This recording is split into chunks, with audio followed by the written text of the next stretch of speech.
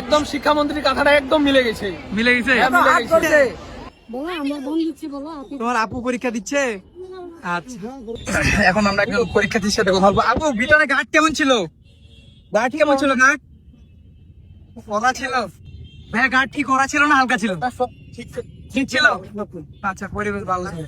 Guard কেমন হয়েছে বলো? আলহামদুলিল্লাহ, সে গার্ড দিছে। মানে একদম শিক্ষামন্ত্রীর কথাটা একদম মিলে গেছে। মিলে গেছে? মানে মাথা ঘুরাইতে পারো না একেবারে? ঘুরাবো কি, মাথাটা নিচে নামাইছি আর পড়তে উঠাইতে পারিনি মাথা। আচ্ছা আচ্ছা, ধন্যবাদ ভাইয়া। উত্তর লিখছো? হ্যাঁ, নিজে থেকে লিখছি। আলহামদুলিল্লাহ, ভালো পরীক্ষা দিছি। আচ্ছা ভাইয়া, একটু কথা বলি, গার্ডটা কেমন ছিল?